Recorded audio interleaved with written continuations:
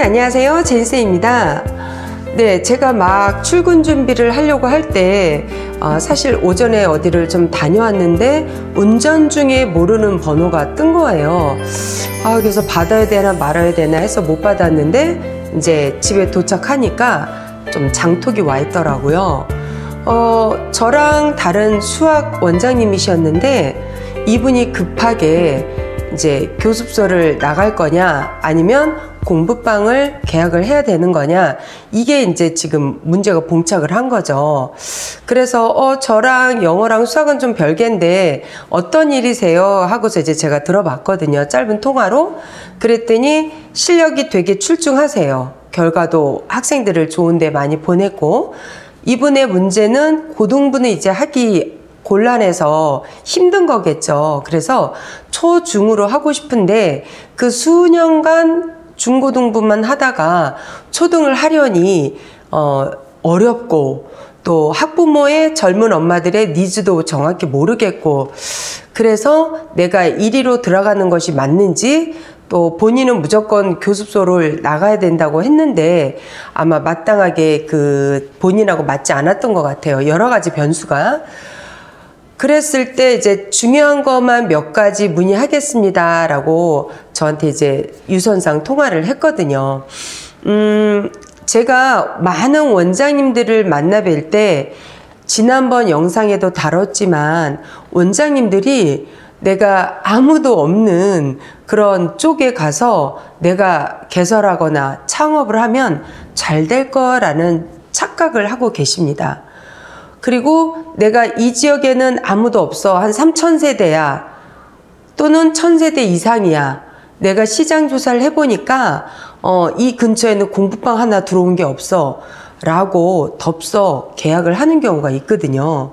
그런데요, 잘 보시면 우리가 양파는 겉은 오렌지 색이지만 하나 까면 또 초록색이 나오고 흰색이 나오고, 더 많이 까면 비로소 흰색이 자리 잡고 있잖아요.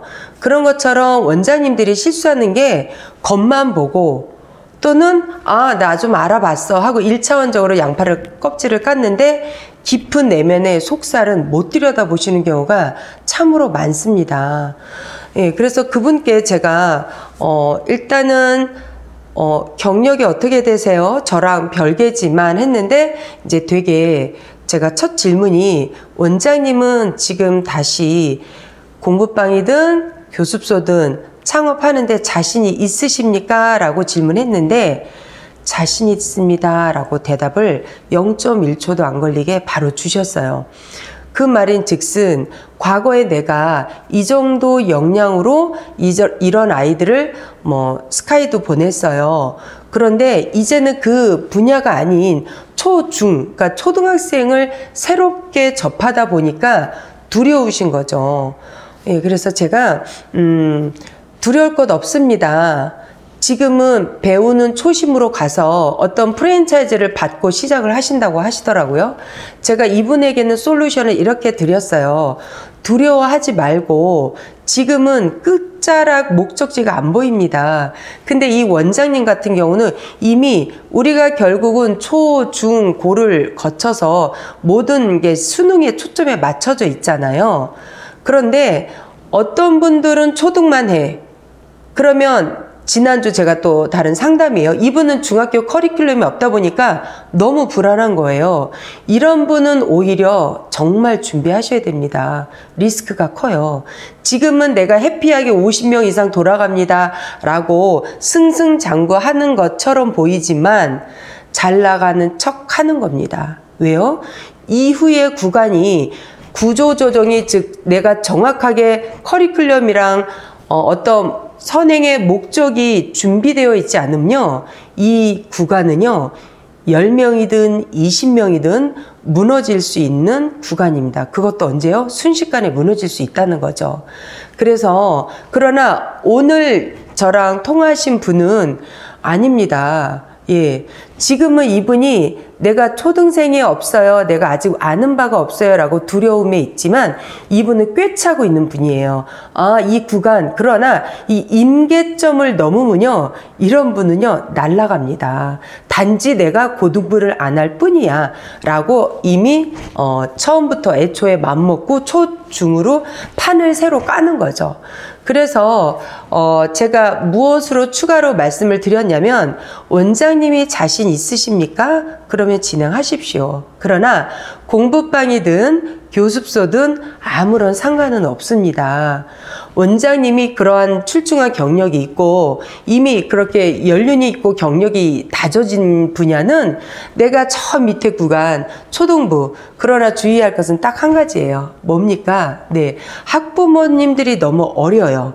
예, 아직 영하기 때문에 조금 어머님들에게 다가갈 때 부드럽게 다가가셔야 됩니다. 상담을 할 때도 마치 어린아이 우리가 대하듯이. 이 큰 학생들을 다룬 원장님들은 거의 지시죠. 명령이거든요. 이거에 저거에 아니야 가 이제 이렇게 되거든요. 그런데 이 어머님들을 어떻게 상담하냐면, 가장 좋은 건 학생의 아이가 초등 1학년이다. 이 학부모님은 1학년으로 보시면 돼요.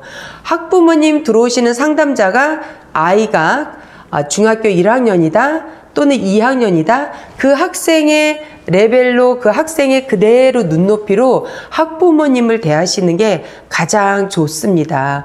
왜냐하면 큰 아이를 겪어보지 않고 경험해보지 않고 키워보지 않았기 때문에 이 어머님들은 그 구간이 자기가 부모님으로서 역할을 가장 높은 단계에 있거든요.